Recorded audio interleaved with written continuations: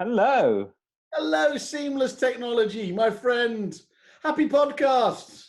Happy podcast to you. It's our last ever podcast. Duh, duh, duh, duh. Oh, no, it's only the last of the week. Okay, yes, that's right. That's right. And do you want to tell people why it's the last one of the week? No, I'm, fairly relaxed about you. Whatever you keep up to. Sam's in the waiting room. Shall I keep her there for a while or? Okay. Like you could keep Sam Ashdown indoors. Hey! Yeah, well done. So, Frost Nixon, 3, 2, 1. We're back in the room. Hey. Hello, Sam.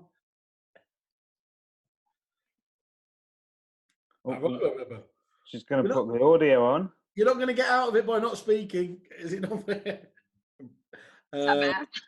Hey! There you are. Some people might say I make more sense if I'm on mute.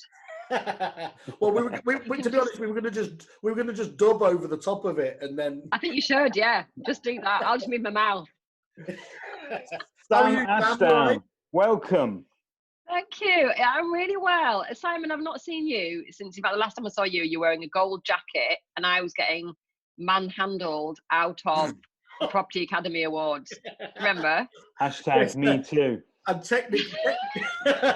technically, you were my guest. So, yes. Well, that was a different age. To be honest, you're past the statute of of limitations now. Limitations. Anyway. Oh, yeah. That's good to know. I'll just let my not lawyer know. Actually, if you wouldn't mind. Oh, I see what you've done. You've come on the counter attack. Well played.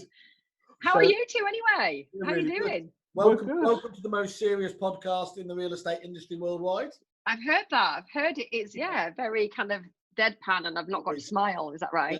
There's a lot of that's entirely true. It's an eclectic show where we offer a little bit of light relief and some important information. You're very serious actually, and he doesn't in any way. It's kind of like, it's like a double act going on, isn't there? Like, for the first time. we sometimes swap. Sam, thank you for joining us today. Now, for those of you that don't know Sam Ashdown, she has been around for a while. I won't tell you how long she's been around. What, you're supposed to be the serious one? Look, I know I haven't been to the hairdresser for a while, but that's a bit hard. Right, okay, David, let me blow smoke. Okay, all right, you do it. No, Go on, Si. No, I'll let him. He's been building up to it. He's been rehearsing all day, Sam. Oh, I'm sorry. Go on, have another go. She's been a well-known industry face for many years and respected industry trainer. And she now is back on the tools at Sam Ashdown in the Lake District, I believe. At the coalface. Close enough. Now, I have some questions about your business setup. I understand that you work with your son-in-law. Is that correct? Yeah. Right.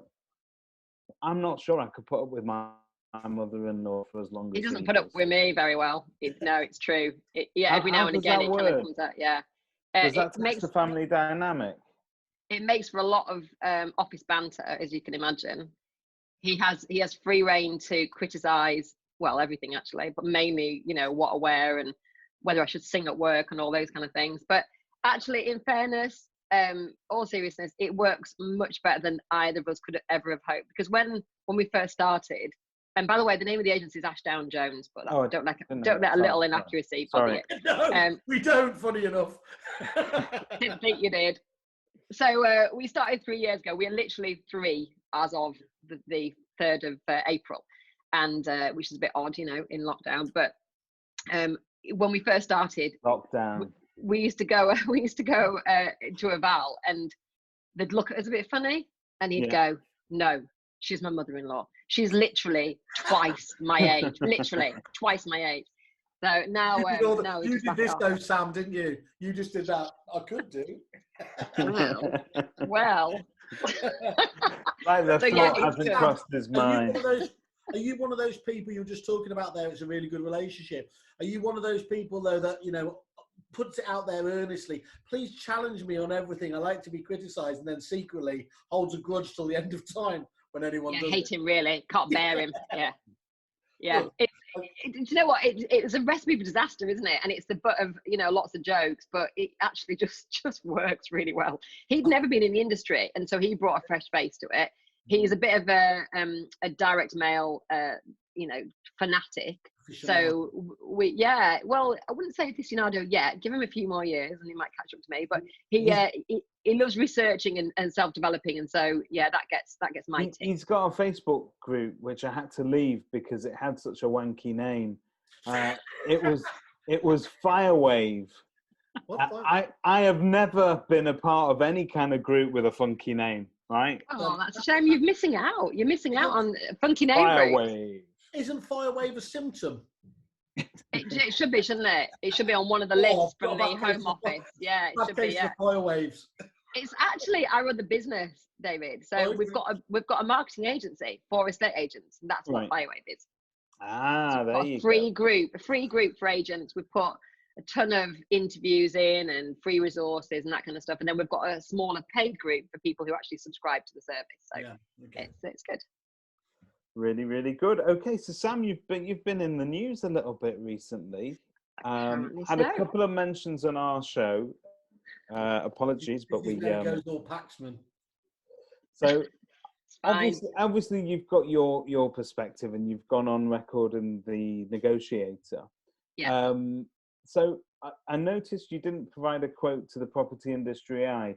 If you were to choose between sort of news outlets, does the estate agent today, you've got Property Industry Eye and Negotiator, do you prefer? I like them all, actually. I think they're all really good. I think because Roz was, and I have, by the way, offered Roz a comment. She just hasn't got back to me yet. She's not the quickest on email, I find. But I think the broken shoulder. Oh, is that what she's got at the moment? No, Bless her. She's been in hospital. Sorry, have you not heard? No, I didn't know. Yeah, no, she had a bad fall, unfortunately, last week. So yeah, like you, I was banging the table. Why aren't you playing my story? And unfortunately, she had a bad fall. So looking at a few months of recovery though. So yeah. Oh, Roz, if you're watching this, I hope you get better soon. I did not know that. Well, she reported it third hand, and so she didn't want to use my name because she hadn't come to me for a comment. That's fine. That's fair enough. But the bless him, the guy from what's he called, Nigel from the Negotiator, emailed me on an email account I don't have access to, which is our TMAT, on Sunday night at 20 to 10, and then didn't wait for comment and went live 7 o'clock on Monday morning. So I just didn't have a chance. But then in fairness to him, he phoned me and interviewed me for half an hour later that morning, and then he put out the second sort of episode. So he gave me a chance to sort of, rebut some of the inaccuracies. Somebody said I was bragging about it on social media, which is probably close enough to the truth for people to accept, but it was actually in our private Facebook group. And I wasn't bragging, I was actually asking for opinions and advice.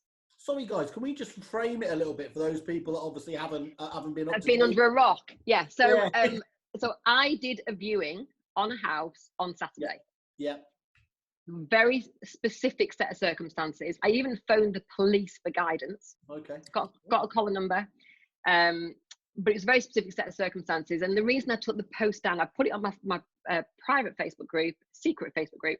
And the reason I took the post down was because Alex Doggett, who I'm sure you both know, who is a lovely friend of mine, said, look, it looks like you're condoning viewings. Yeah. And I said, actually, you're right, it does. Because if you don't read the small print, it just looks on the face of it like I am. And I'm certainly not condoning viewings for anybody. It's just too dangerous. It's foolhardy in this situation.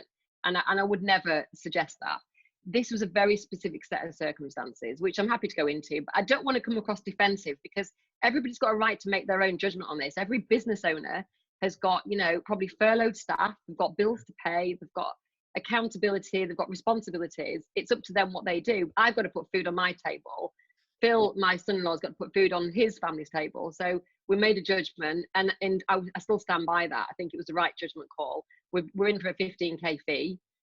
Which will keep us going for a bit longer, when everybody comes out of furlough. Can I just ask on that subject there, Sam? I mean, we've spoken about it on the website a bit recently, just not in relation to this so much, actually, but in terms of there does seem to be a growing tide of sweeping almost vigilantism in terms of, you know, just anybody who's outside without anyone knowing the detail of it. Is, you know, somebody was talking about cyclists being kicked off bikes, you know, without them just for being cyclists. And I think that's interesting in itself, that you know, there is a mob mentality that will jump on this. And I'm not talking about the rights, the wrongs of this at all. One thing I would like to just highlight, though, or question, there is going to be a period of time, isn't it? It's all very well reaching the peak area out, and I think people's emotions are at a high.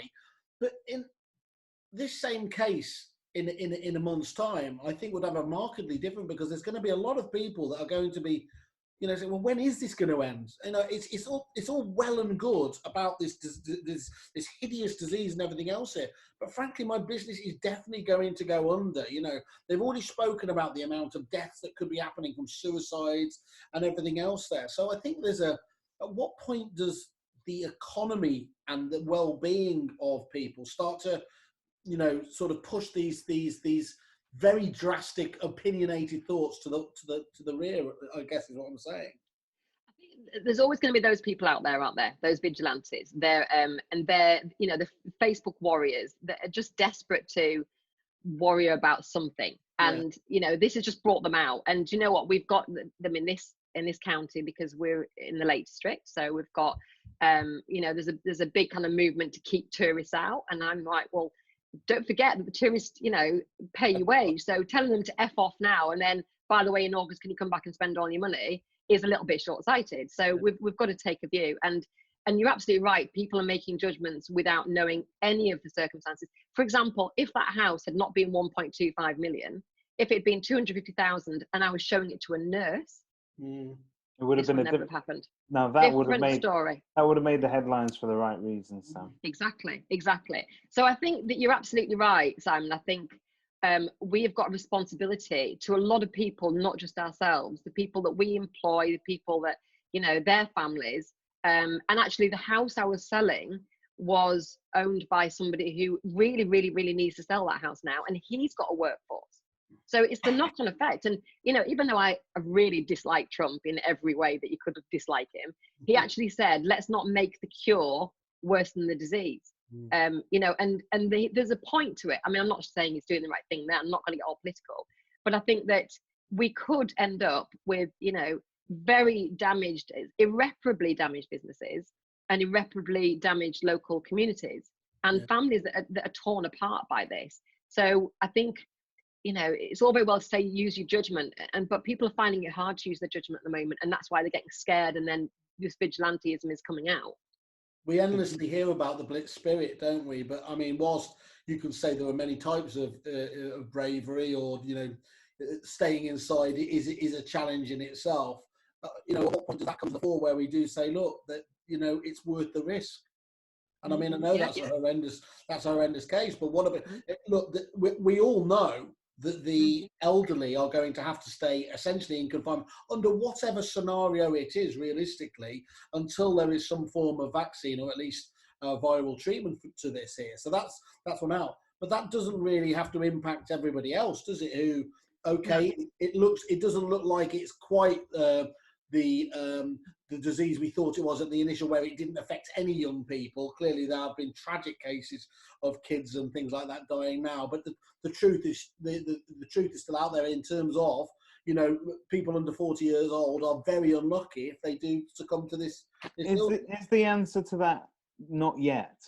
Because we're just literally into sort of week 3 of this lockdown, and people are assuming. I think so. We've got a very short memory. Well, in fact, our memory and our ability to sort of build a timeline at the moment is completely out of whack. So to a lot of us who are not used to being cooped up inside, this has been going on for months. For the rest of us, it's been a couple of days. So I think now is not the right time to talk about perhaps being more reasonable with those. So do you think, Sam, that was your last viewing? If exactly the same circumstance were presented, I would do exactly the same again. But you would. It's all just about the clarity of the information there, though, isn't it? Yeah. So they were. So this couple were living in a lodge on a holiday park that the police had closed, so they had to move out. They shouldn't have been allowed to complete on their house. That's the thing that was not out, it was out of my control, and that wasn't a sale that we were managing. So the solicitors had allowed them to complete and move out with nowhere to go. So they had to move into a lodge on a holiday park that, as I say, is closed with a padlock. They're not supposed to be there. And then that's when the vigilantes locally go, oh, there's people on the holiday park. They cycled to the property to get their daily exercise at the same time. They'd already cycled there the day before, so they knew they wanted it. This was just a confirmation to see the inside. It was a new build. So as far as I was concerned, as low a risk as it can possibly be, no furniture or anything. I took gloves, never met them. They FaceTimed me from inside. The cash, they made an offer the same day. It was accepted the same day. It couldn't have been any smoother, really. Yeah. Thank you. I just love putting them on. I don't know what it is, but This isn't a new thing for you, is it? This has been going on for a few years. This has been going on a while, and finally I get to dress up like a doctor and do it sometimes. Yeah. Now you just look normal. I apologise, Sam. He was meant to be Paxman. I was always going to be the Jeremy Biggins. Is that right? Asking all the tough questions, like what star sign are you? I'm a single. Yeah, go ahead. Don't you like the way that horoscopes are all dead easy this week? What are you doing this week? Staying inside. Staying in. So, Sam, just in terms of your sort of move back into agency, what prompted that move? Where was the tipping point for you? I was never actually in agency. I was never an estate agent. I was a marketing expert that moved into estate agency marketing, effectively. I started off in property marketing and properties, flipping properties, that kind of thing, advising vendors. And then I moved into estate agency just after the recession, actually, when estate agents were really struggling to build back up their stock, repair their brands, just really kind of recover, which is what they're going to be in the same situation now, I'm sure. So they came to me for the specific property marketing skills that they didn't currently have. And as Facebook marketing took off and that kind of thing, that's what I did. And it was actually Phil who said to me, the biggest lie that he ever said, which is, let's start an agency. You don't have to do any work. I'll do it all. And randomly, I believed him. And 3 years later, I work harder than ever. So it was the right thing to do because there was no agent in the Lake District that was doing the kind of marketing that I'd been teaching across the country for our high value homes here. And don't get me wrong, we live in a lovely area, but the most expensive house ever sold in the Lake District was owned just over 3 million. It's not 10 million. No. And there was only 7 houses sold over 1 million in the whole of last year, in the whole of the area we cover. So we've got a bit of a misreputation really for having a lot of expensive houses. We don't, just the ones we do. Surprises me actually. I know the Lake District fairly well, and obviously there's some fantastic real estate up there, and only 7 in the whole of last year sold over 1 million. I think we sold 4 of them, but the people who are selling these, they're high net worth individuals. They're quite often a second home, but they quite often have a local business, or they have a business and they've maybe sold that, or they run it from here or whatever. So they're savvy people, and they weren't satisfied with the marketing they were getting, even from Knight Frank and Savills, because they were trying to do it from afar. They weren't doing a particularly good job. So we were able to pick up that sort of cream of people who were entrepreneurial themselves and were looking for that extra level of marketing. And that's how we got, as successful we did. And we're actually the #1 agent for over 500,000, which I'm really proud of. But we're very, very selective. We don't take on the 3-bed semis because, frankly, why would they pay our fee when they could pay 1%? We charge 1.5%. So that's why we do the twilight and the styling and all that kind of stuff. So we don't sell many houses. Did you have then and I think I can empathize here, you've obviously been talking the talk, as it were, in a property marketing sense there.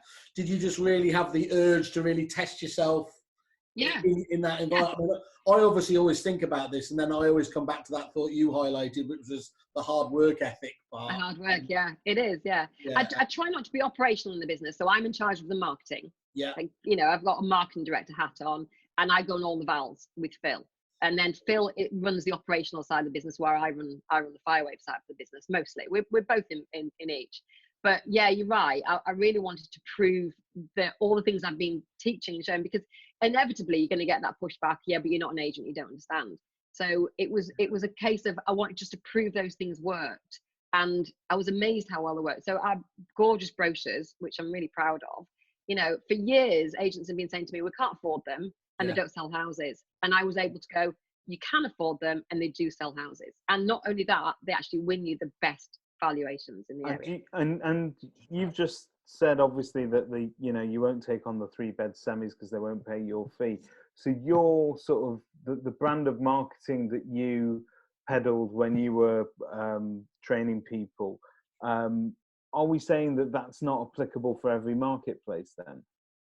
I think we're saying the top 20% of the market is underserved at the moment. And if you had a brand that was selling 3-bed semis, you could easily, with a bit of help, pick up the top of the market that is probably not being served right now.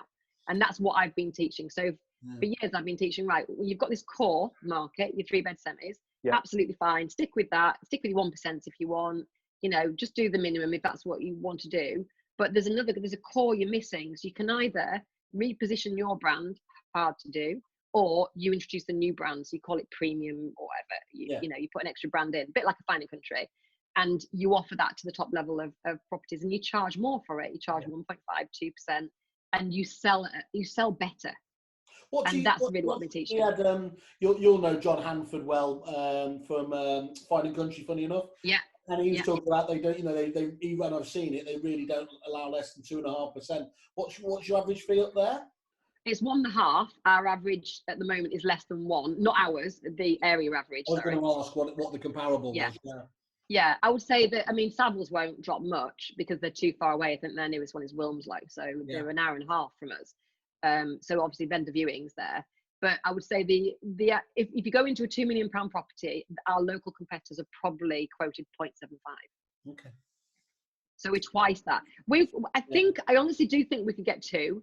It's not a mindset. It's more that we're comfortable at 1.5, and we feel like it's fair for our market. So we're happy with that. Yeah, I think so. Okay, and I know it's probably too early to call this, but obviously the Lake District is very much dependent on tourism as principal income for the area, and it's obviously a place of natural beauty. But how do you see a correction coming for a housing market locally after this, or? I think I see a plateauing, but I don't think I see a correction. I don't think it'll go down. Simply because, for our particular market, it's a very discretionary market. People don't have to buy a second home, but they don't have to sell a second home, not usually.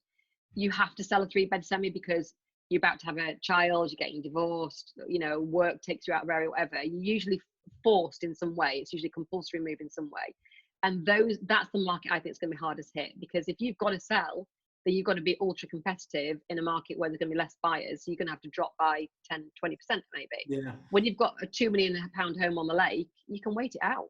Yeah. So what happened in 2008, 2010 is we just saw a flattening. And it didn't actually, if you look at the trend of prices afterwards, they probably didn't rise again. They probably just stayed static for about a decade. And I think that's what's going to happen again. That's interesting. I understand. So obviously this is a prop as well. What piece of property technology could you not do? I think I got that. I think because he just froze a bit. I think you said, what piece of property technology could we not do without? Is that what he said? Yeah. He freezes a lot, to be honest, Sam. It's the Wi-Fi. Crappy Wi-Fi. Oh, does he? Does he freeze with his gloves on as well? Yeah, like a mime, Martin. Cold hands. Put him back on again. That is a really good question. I'm not, even though I love tech and I embrace tech, I'm not a lover of Matterports and all that kind of stuff. Yeah. We have a very basic CRM. I really like what Sam Hunter's doing. I'm really interested to learn more about that. I think that's fascinating. Yeah. Piece of technology. It's the most valuable piece of technology we have. And I use it for so many things. So at the moment, our Ashdown Jones page is absolutely full of interviews with local experts, local business owners. Yeah. So I just video every day. And so that's where your phone comes into its own, isn't it? You just need it to turn into a video camera and to be able to get your message out more effectively in a time like this. So things like Zoom. What apps do you have on there that you find useful, Sam? Good question. Sorry, jeez, you should have warned me about this. Okay, my favourite app at the moment is that one right in the middle there. TikTok. Grindr. TikTok. Oh, TikTok. Now, Grindr's on the next page. There you go. I'm just loving TikTok. I think it's fantastic, and it helps me switch off at night for an hour. I'm just going to TikTok land for an hour. I absolutely love it. But yeah, in terms of apps, I'll tell you what, I'll give you a nice simple one. It's on an iPhone, voice memo. For those agents who really struggle to get written content out there, and by the way, ask me for details, but if they really struggle, just get it on a voice recording, get it transcribed, get that as a blog. That's probably the most useful app on your phone, and it's just a native app. Where can they find you, Sam? If they're obviously on Facebook, but what do they need to search for? Just Sam? So they need to search for. Well, I would search for the Firewave group, even though Dave doesn't like it. The Firewave. I think it's called Firewave World Class Lead Generation for Estate Agents. So you'll be able to find the whole title. Alternatively, you can also Google reckless viewings during coronavirus. Yeah. And in fact, actually, I think the negotiator used. The URL was Sam Ashdown coronavirus viewings. You created it. Yeah. I'm going to put it on my headstone, actually, like wrap it around like that. Sam, do you think an agent these days, do they have to be marketeers? Yeah. Is that a leading question? Because you've led me. You do. Do you know what though, Simon? As I said, Biggins. Doing a good job. I think if you're not, how are you selling houses? Because that's the first question that anybody asks me. When we go to a bar, they go, how are you going to market our house? So you've got to be a marketer of houses. You just also need to be a marketer of your brand. You need to have both. And also nowadays, you have a personal brand marketer. I mean, Simon, in recent years, you've done an amazing job of positioning a personal brand. You're a bit Marmite, as am I, by the way. So, welcome to the Marmite Club. Luckily for you, I love you. But I think that I think I'm more Vegemite, which is even more extreme. Oh, is it? Is that okay? You're up the scale, at the top of the scale. Yeah. I can only aspire then to your pinnacle. Yes, and it's a spectrum, by the way, is how we like to be. Is that right? A spectrum. Yeah. Process of being Marmite over the years, you make a lot of friends, but you'll also make a lot of enemies, won't you? So you'll fall out. Well, as we've seen, all my enemies have come out to the fore over the weekend, so you can see exactly who my enemies are. I won't try re-quoting it because it'll be a soft impression, but Tom Panos, you only have to go on his website or see his views on negative people or enemies. It's fantastic. Just go. Yeah. That's what's the best one. I think is how to treat your enemies is by living life well, isn't it? There's nothing that pisses them off if you're having a good time on Facebook. No. That is absolutely true. It doesn't bother me at all because if it bothered me, then I did the wrong thing. But I think that I did the right thing, and I've explained why. Hand on heart, you feel like you did the right thing on balance for your business. Very tricky situation. You weren't bringing anyone into it. And as you said, you do it again if needs be. So I think, well, I'm pretty certain that's the end of it now, Sam. We're Kerfuffle have finished that off. Is that right? Kerfuffle have the final say. You know what this proves? There truly is no publicity like bad publicity. It's amazing, isn't it? Sam, you were talking there about we were talking obviously the stuff that Sam's doing at Home Search, and just in terms of obviously the portal wars are going crazy at the moment. As an expert marketeer, would I guess right that you are veering much more towards Facebook anyway than the traditional sources like the portals? Do you mean for marketing Ashdown Jones, or do you mean for marketing houses? For marketing houses, actually. For marketing houses, I would stick with Rightmove 100%. I wouldn't deviate at all. I'm never going to say never, because if Sam brings out something, then there is a tipping point, and that's the hard thing for him to do, isn't it? He's got to find that tipping point. On the market didn't do it. Zupa hasn't managed to do it. Prime location, find a property. Nobody's managed to do it to beat Rightmove. So if he does it, I'll be, his first plauder and his first subscriber. But for now, it would just be financial suicide to come off Rightmove. It's where all our leads come from. So I would stick with Rightmove, but we never put property marketing on our Facebook page or across our socials. We don't. That's not what we use it for. We use it for gathering a community and creating a community. Great. So that's very much going back to what you're doing, David, and obviously our guest Oliver the other day was talking about there. I'm going to start. I'm pretending this is a new regular feature with Simon Whale. What do you think? It is the best tool, obviously. We know that's there. And coming out the other side, you would want to have a tool actually like Rightmove that the public like. but bearing in mind the market we're in and everything else, what do you think a fair monthly fee is for Rightmove? Not That's now, a really good question. but in a normal market. Yeah, I think we're slightly different because our ROI on Rightmove is much better than it would be if we were selling the 3-bed semis. If we were selling 3-bed semis, 250,000, we would really struggle with Rightmove. We really would. But we can sell 2 or 3 houses a month, and Rightmove is just another cost to us. That's fine. So if I had a run of the mill sort of middle ground agency, I probably wouldn't want to pay any more than £300, £400, £500 for Rightmove a month. I think it's way too high. Luckily we can afford it, but that doesn't mean that it's right. And I don't see, I mean, I know they've got shareholders, but I don't understand why they're still the price they are, when really there should be a community place, a place of safety and security at a time like this. And they've actually proved to be the opposite, which is such a shame. I think they're missing opportunity. Do you think that's a bit unfair on being devil advocate and me obviously fighting for my dear colleagues, the suppliers, and boo-hoo, boo-hoo Rightmove. But why did they, well, I know why they get done unfairly, but it's not like we challenge every other industry out there or company, is it, to do the same thing? It's just because, I suppose it's just because they are our most...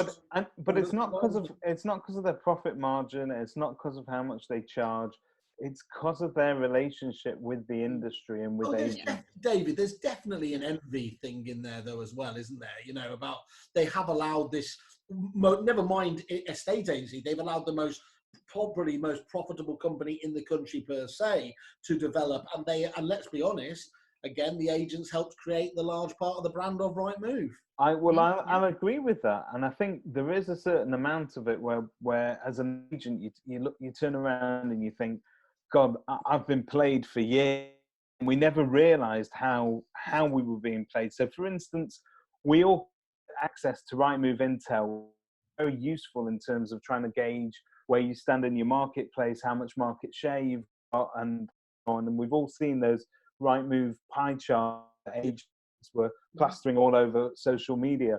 But whilst they were giving us that tool, they were also telling us, well, hang on, look, this is the best way to differentiate yourself from your competition by waving that around.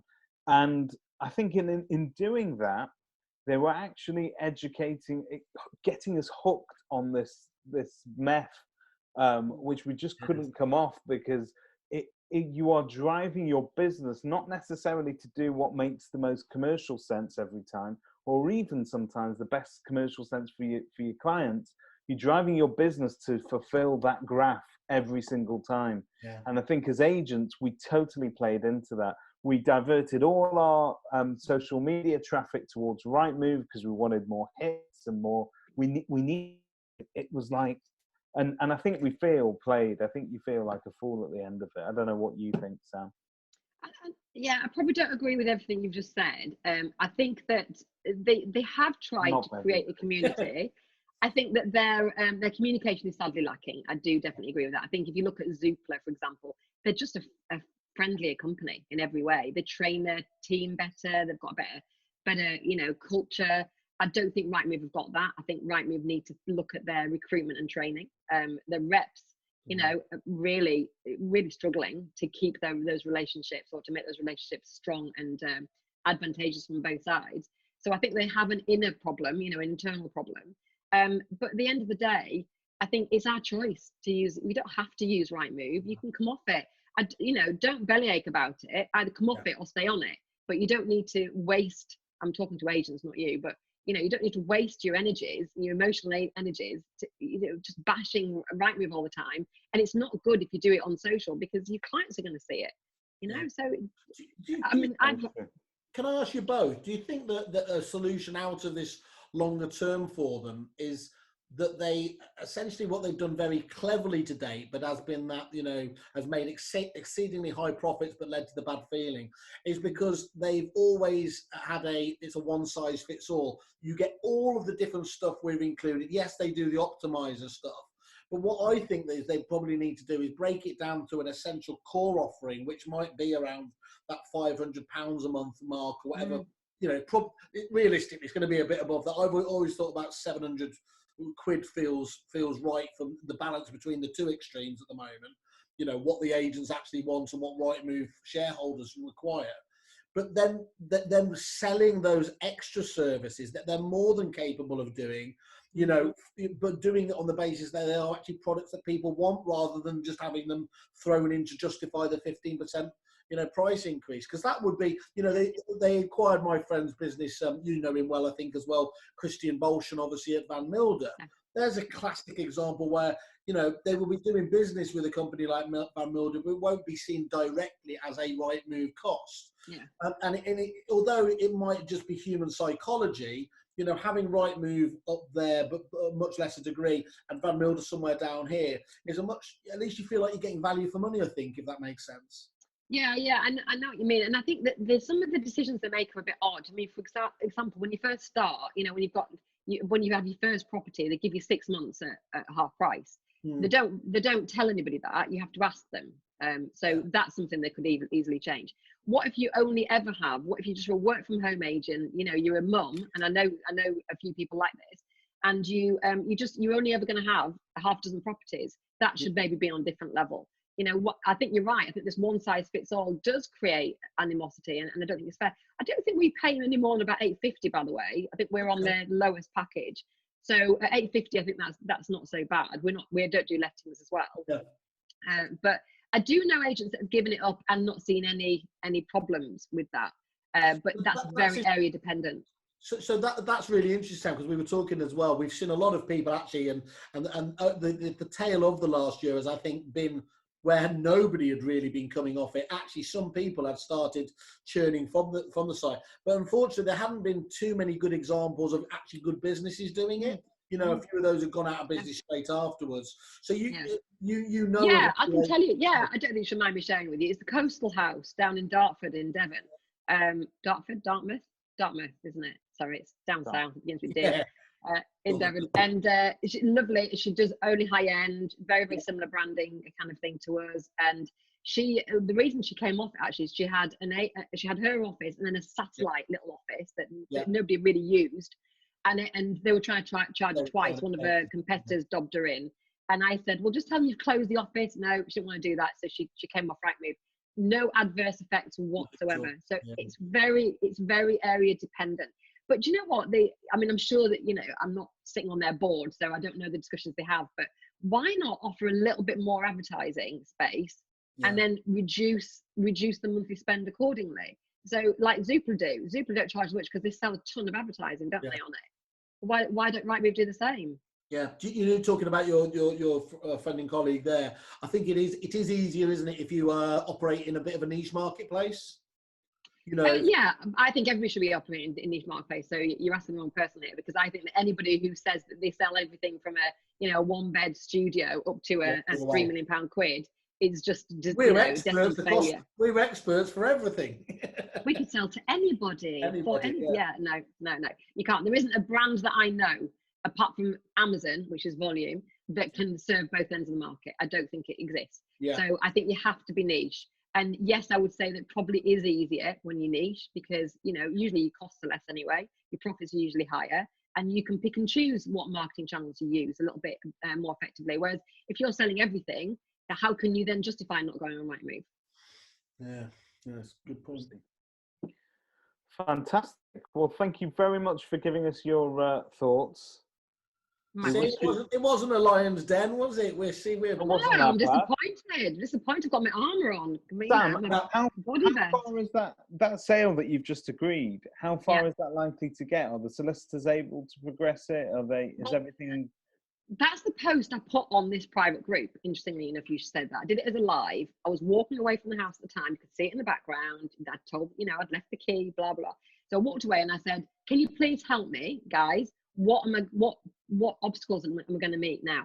What in terms of land reg and surveys and searches, what's going to stop me?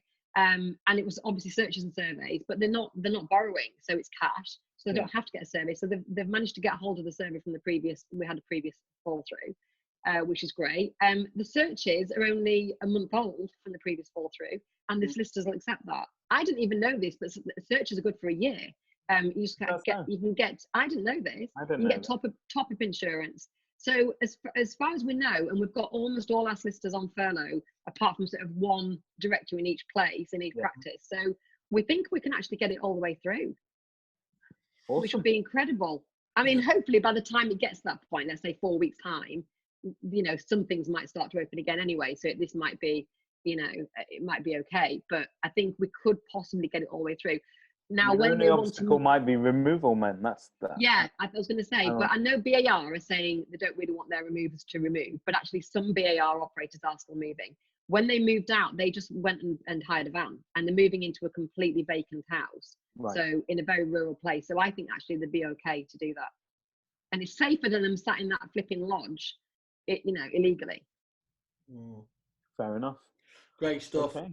Well, you heard it here. That ends the Ashdown saga this time. Stay tuned for more Ashdown news. You'll have to be creative and come up with something new next. I will. I know. I'll have to think of something really controversial next time. Okay, I will. Real. Well, everyone go obviously have a look at Sam's website as well and the group there, and please stay in touch with us and let us know how you're getting on.